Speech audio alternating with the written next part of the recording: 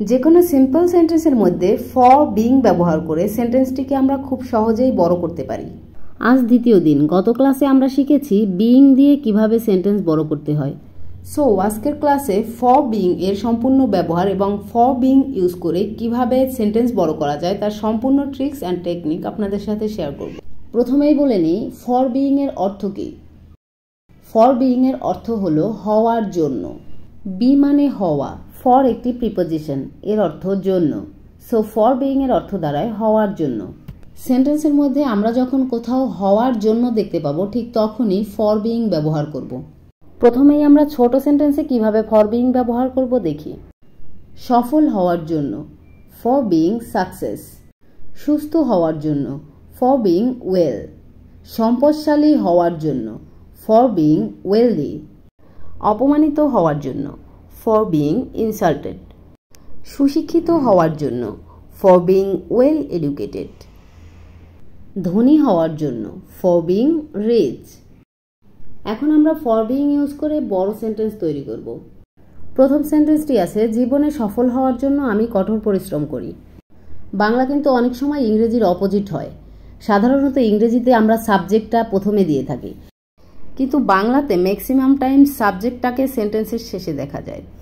এখানে সাবজেক্ট আছে আমি, যেহেতু সাবজেক্ট সেন্টেন্সের শেষে আছে আমরা এটাকে সেন্টেন্সের শুরুতে নিয়ে আসব।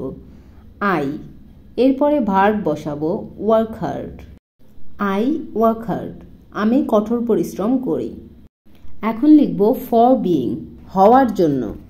এরপরে আমরা রেস্ট অফ দ্য সেন্টেন্স বসিয়ে দিব। সাকসেস ইন লাইফ, সফল হওয়ার জন্য।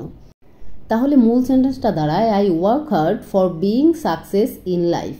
এবার বাকি সেন্টেন্সগুলো আমরা কিন্তু খুব সহজেই তৈরি করে ফেলতে পারবো। তাড়াতাড়ি সুস্থ হওয়ার জন্য আমি ওষুধ খাই। এখানেও ঠিক একইভাবে আমরা আমি ওষুধ খাই প্রথমে নিয়ে আসবো সেন্টেন্সের শুরুতে। আমি ওষুধ খাই, I take medicine. For being, হওয়ার জন্য, ওয়েল সুন, তাড়াতাড়ি সুস্থ হওয়ার জন্য। সো মূল সেন্টেন্সটা দাঁড়ায় I take medicine for being well soon. Next সেন্টেন্সটি দেখি। সে সম্পদশালী হওয়ার জন্য ব্যবসা করে। He does business for being wealthy. He does business for being wealthy. একজন সফল মা হওয়ার জন্য আমি এত চেষ্টা করি। I tried hard for being a successful mother. I tried hard for being a successful mother. একজন ভালো মানুষ হওয়ার জন্য আমি তোমাকে সবসময় উপদেশ দেই বা পরামর্শ দেই। I always advise you for being a good person. I always advise you for being a good person. প্রতারিত হওয়ার জন্য কেউ তাকে বিশ্বাস করে না। Nobody believes him for being cheated. Nobody believes him for being cheated. এখানে আমি আরেকটু অ্যাড করি। এটা আমরা সবাই জানি, খুবই সিম্পল একটা ব্যাপার। সেটা হলো সাবজেক্ট যদি থার্ড পারসন সিঙ্গুলার নাম্বার হয় তাহলে ভার্বও কিন্তু সিঙ্গুলার হবে। ইট মিনস ভার্বের শেষে এস বা এস যুক্ত হবে, যেটা আমরা উপরে আরও একটা সেন্টেন্সে দেখেছি। হি does business for being wealthy. এখানে ডু এর পরিবর্তে ডাজ হয়েছে কারণ সাবজেক্ট সিঙ্গুলার, সো ভার্বও সিঙ্গুলার হয়েছে। সর্বশেষ সেন্টেন্সটিতে আমরা একইভাবে দেখতে পাচ্ছি, যেহেতু এখানে নোবডি আছে সো বিলিভ না হয়ে বিলিভস হয়েছে।